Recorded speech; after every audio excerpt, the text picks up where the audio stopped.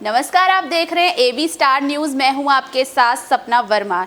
एक बार फिर हाजिर हूं अपने खास कार्यक्रम एक किस्सा दिन का हिस्सा के साथ, जहां मैं आपको बताती हूं देश और दुनिया से जुड़े वो तमाम राजनीतिक, ऐतिहासिक और सामाजिक क्षेत्र से जुड़ा वो एक दिलचस्प और एक अनोखा किस्सा जो बनेगा दिन का हिस्सा। तो चलिए शुरुआत करते हैं हमारे पहले किस्से से। जी हाँ, हमारे पहले किस्से से।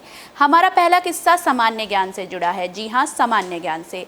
आज क्या आप जानते हैं कि आज 27 अक्टूबर के दिन, यानी कि आज 27 अक्टूबर को विश्व श्रव्य दिवस की शुरुआत हुई थी। जी हाँ, विश्व दृश्य श्रव्य दिवस, जिसकी शुरुआत आज ही के दिन हुई थी। तो चलिए जानते हैं कि क्या है ये विश्व दृश्य श्रव्य दिवस और आखिर क्यों इसे मनाया जाता है।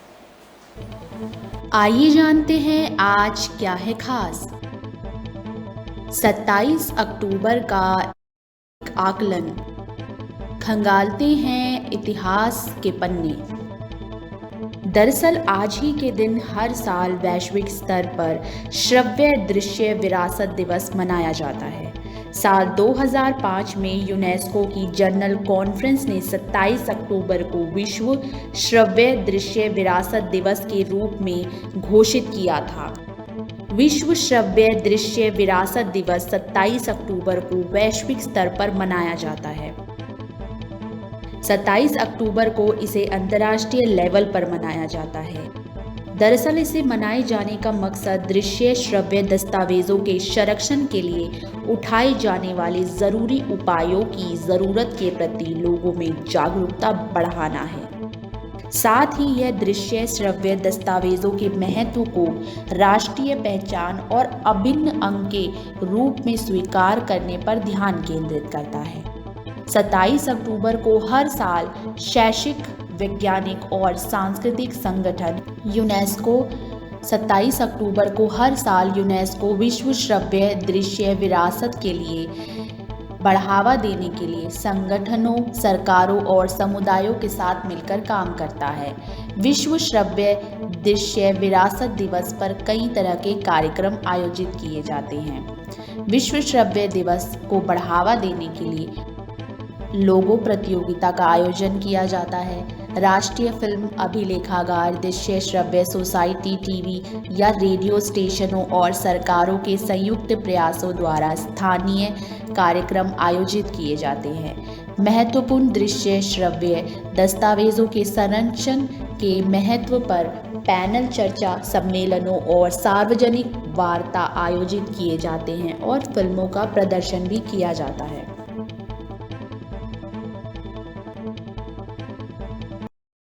चलिए बढ़ते हैं हमारे अगले किस्से की तरफ, जो कि जुड़ा है आइजैक मैरिट सिंगर से। जी हाँ, आइजैक मैरिट सिंगर से, जिनका आज ही के दिन जन्म हुआ था।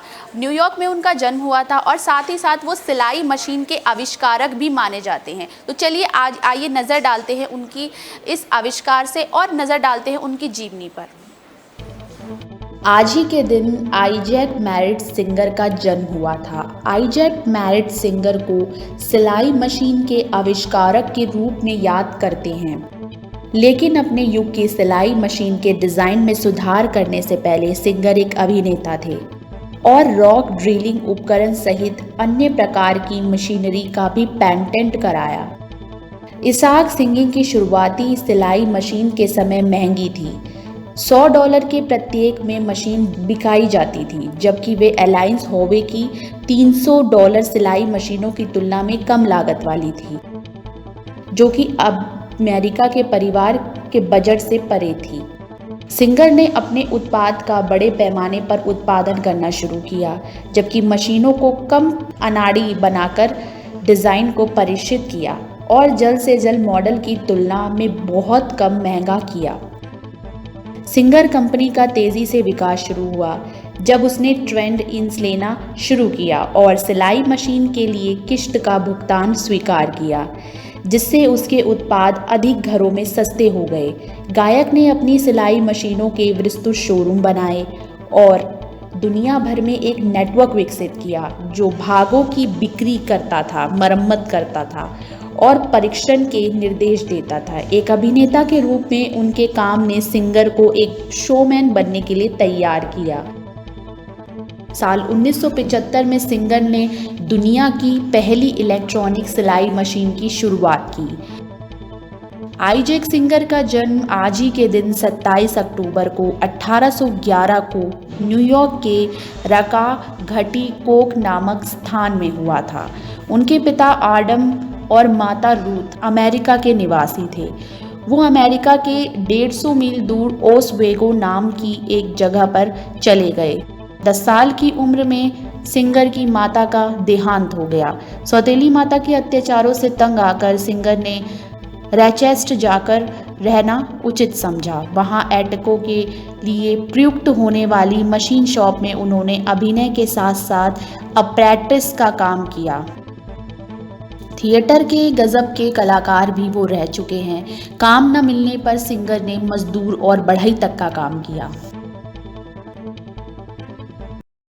चलिए बढ़ते हैं हमारे आखिरी किस्से की तरफ, जो कि TSS राजन के जीवन से जुड़ा है, जो कि एक स्वतंत्रता सेनानी होने के साथ साथ एक ऐसे नेता थे जिन्होंने कई बार कई आंदोलनों में भाग लिया और स्वतंत्रता संग्राम के कई आंदोलनों में उन्हें जेल यात्रा का भी सामना करना पड़ा। TSS राजन वो शख्सियत है जिनका आज ही के दिन निधन हुआ है। तो चलिए उनकी जीवनी पर एक प्रकाश डालते हैं।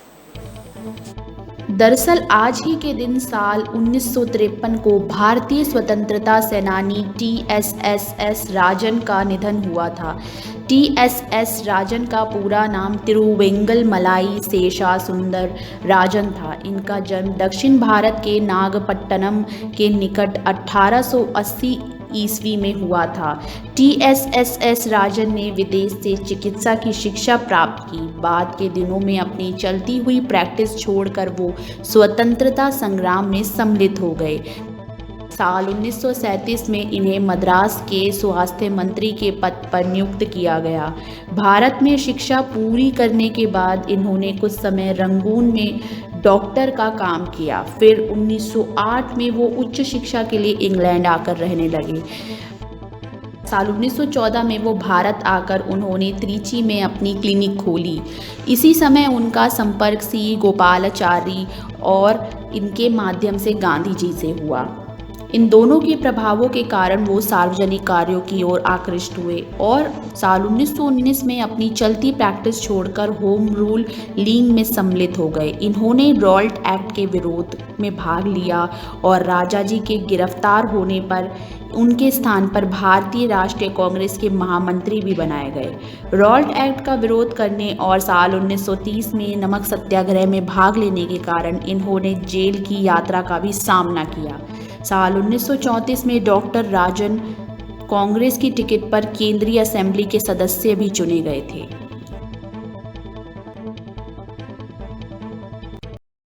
वक्त हो चला है आपसे विदा लेने का। हम फिर मिलेंगे किसी नए किस्से के साथ। तब तक के लिए देखते रहिए एक किस्सा दिन का हिस्सा। शुक्रिया।